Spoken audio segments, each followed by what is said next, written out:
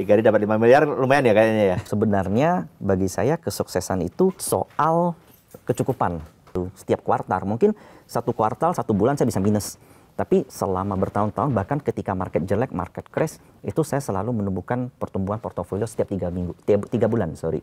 Tapi begitu saya tampil di publik, karena banyaknya tekanan segala macam, saya justru makin stres, Pak. Equity saya makin tinggi. Keempat IPO terbuka, Ya. itu sempat balik ke titik merah, saya beli di situ. Besoknya arah. Oh. Dan masuknya berarti gede ya? Masuknya gede. Waktu itu saya cukup yakin, karena yaitu flow tadi. Lumayan ya, segitu ya. Berapa? 2 hari atau 3 hari tadi? 3 hari jadinya. 3 hari dapat 5 miliar lumayan ya kayaknya ya.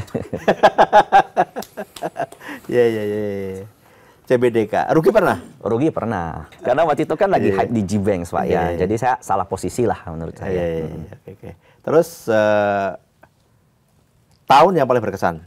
Tahun paling berkesan tahun COVID, Pak. Karena COVID. itu titik di mana saya mulai mutusin untuk tampil di publik. Jadi selama itu saya belum memutuskan untuk even muka saya aja nggak ada gitu loh.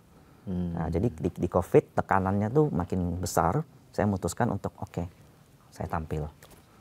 Tampil maksudnya? Tampil di publik gitu loh, dengan muka, dengan wajah. Berarti dari tahun 2011 sampai 2020 ya? 2018 sebenarnya. Saya mulai menulis di forum. Jadi tulisan saya sering diambil, sering di clipping, sering di copying, lalu kemudian sering jadi pembicaraan di forum.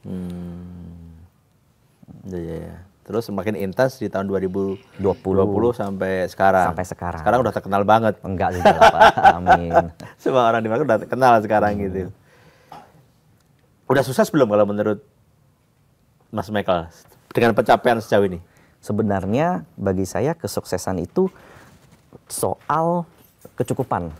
Ketika kita merasa cukup, itulah kita sukses. Saya pernah, Pak, dalam posisi di 2018-19, saya merasa saya udah konsisten tuh, Pak. Jadi setiap tahun itu, setiap kuartal, mungkin satu kuartal, satu bulan saya bisa minus. Tapi selama bertahun-tahun, bahkan ketika market jelek, market crash, itu saya selalu menemukan pertumbuhan portofolio setiap 3 bulan.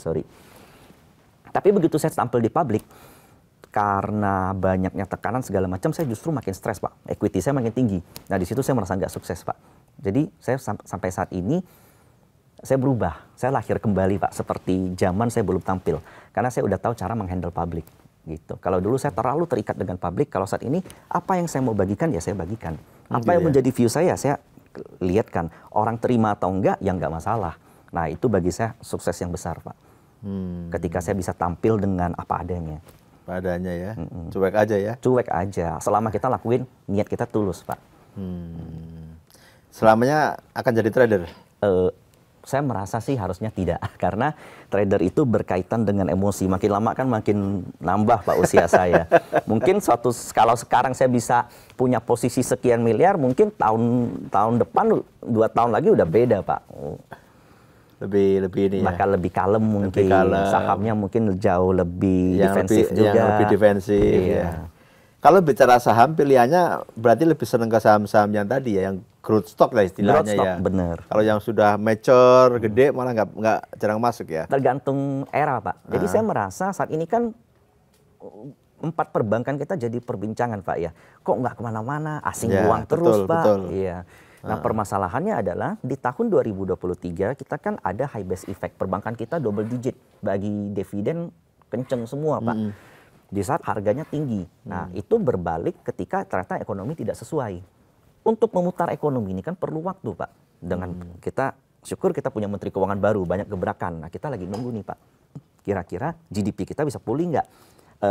Loan growth kita bisa pulih nggak? Kemudian setelah loan growth pulih, NPL-nya bagus nggak? Kemudian kita lihat NIM. Nah, dari itu kan perlu at least 1 tahun lah, Pak, untuk perbankan. Jadi bukan nggak mungkin kalau tahun depan GDP kita pulih, Konglo yang diem. Karena market ini kan likuiditas. Kalau BCA naik 5%, dengan saham Konglo naik 5%, orang pilih mana? BCA pasti, Pak.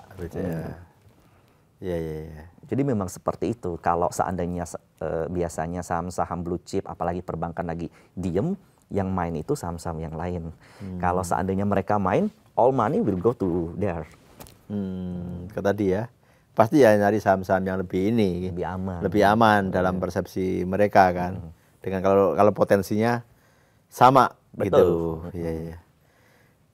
Faktor paling menentukan untuk kesuksesan di saham ini apa kalau menurut Mas Kalau Michael? menurut saya psikologis, Pak. Psikologi? Iya.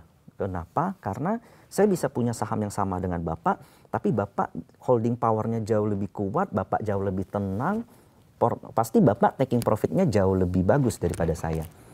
Kalau porsi saya terlalu gede, naik 1% takut, turun 1% takut, jadi ujung-ujung jual beli, dihitung-hitung kalah sama yang nyimpen. Kebanyakan seperti itu. Tapi nggak pernah ngalamin jadi seorang trader terus jadi long term investor karena portonya merah gitu? Nggak pernah. Puji Tuhan sih belum, Pak. Kayak gitu kan banyak. Karena bagi trader tuh nomor satu adalah peluru. Nomor satu tuh adalah ekuitas. Iya. Karena saham yang setiap hari, bukan setiap minggu naik, bahkan setiap hari naik aja beda-beda kan, Pak. Selalu ada peluang di setiap kesempatan kalau bagi trader. Kalau investor, peluangnya adalah emitennya. Ya kan? Kalau dia udah ketemu yang murah, udah dianalisa mendalam, nggak boleh tuh sering-sering pindah tuh. Minus ya harus tahan. Makanya psikologis antara investor dan trader pasti berbeda. Nggak bisa campur aduk ya. Nggak bisa dicampur Kan aduk. banyak juga tuh niatnya trader, begitu turun Jadi mendadak nggak investor. berani cut loss. Iya. Berarti kalau Mas Michael cukup disiplin ya setelah tadi dievaluasi 3 bulan. Kalau memang merah gitu, di cut loss nggak? Atau ada batas tertentu nggak? Ada batas tertentu. Jadi sebagus-bagusnya perusahaan pun nggak mungkin sahamnya bisa turun 10% atau 20%. Itu kan karena fundamental dengan kondisi teknis bursa berbeda. Laporan keuangan bagus banget, kalau besok Trump bilang perang dagang lagi, turun lagi pasti. Nah, jadi setiap ini ada batas-batas tertentu yang perlu kita set untuk setiap keputusan kita. Berapa persen kalau Mas? Kalau saya trader, apalagi saya kan agak cukup panjang ya, bisa 1 bulan sampai 3 bulan, saya tuh 20% sampai 30% masih fine menurut saya. Begitu 30% cut loss. Betul, kurang lebih. Nah, itu kalau bicara cut loss. Kalau realisasi take profit? Nah, kalau di trader itu kebanyakan masalahnya di sini, Pak. Psikologis orang tuh kalau seandainya dia takut kehilangan 5%, maka begitu dia profit 5%, dia juga takut, Pak. Jadi plus 5% dia condong taking profit, minus 5% dia juga condong cut loss. Ujung-ujung BEP, Pak. Dan kalau dengan fee kalah pasti. Nah, itu yang perlu dibalik adalah begitu kamu loss, kamu takut, itu bagus, Pak, untuk trader. Tapi begitu profit, jangan takut juga kalau profit itu hilang. Sehingga ada istilah yang namanya cut your loss short. Jadi begitu kamu loss, masuk satu emiten, jaga itu ketat, tapi begitu dia terbang, let your profit run. Yes. Biarin. Kita nggak tahu kenaikan suatu saham itu bisa sampai kapan. Nggak ada yang tahu kan, Pak. Contoh, kayak Arto pernah 20.000%. BRPT awal tahun sempat 800, Pak. Hari ini 4.000. Sekitar 300-400%. Kita nggak pernah tahu sampai kapan gitu. Karena BCA juga pernah 50% dalam 1 bulan. Dalam 1 tahun. Kita nggak pernah tahu. Terus patokan eksesnya pas harga berapa kalau kayak gitu? Biasanya trailing stop, Pak. Jadi ini yang saya katakan kecukupan diri. Jadi kita nggak mungkin bisa paling atas, ya, nggak mungkin. Kecukupan ya. diri, Pak. Dan semakin lama, itulah menariknya kita semakin latih psikologis, kita semakin tahan, Pak. Kalau dulu mungkin 10% udah jual, sekarang kita ngincer, setelah itu kita ngincernya 20, ngincernya 40, ngincernya 50. Nah, ujung-ujung sampai 100 pun biasa lihat doang, ya udah. Dari 100 kan kita bisa lihat lagi. Fundamentalnya ngapain nih? Karena dari 0 ke 100 kan pasti perlu waktu ya. Paling enggak, let's say 1 bulan. 1 bulan 100%. Pasti nanti ada Pubex lah, ada RUPS, dari berita dari EDX Channel tuh saya paling sering baca, Pak. Kira-kira emiten ngapain nih, gitu loh. Kira-kira bakal ngapain, lalu kita lihat polanya, akumulasinya, teknikalnya. Oh, ini masih like hold, ya udah hold.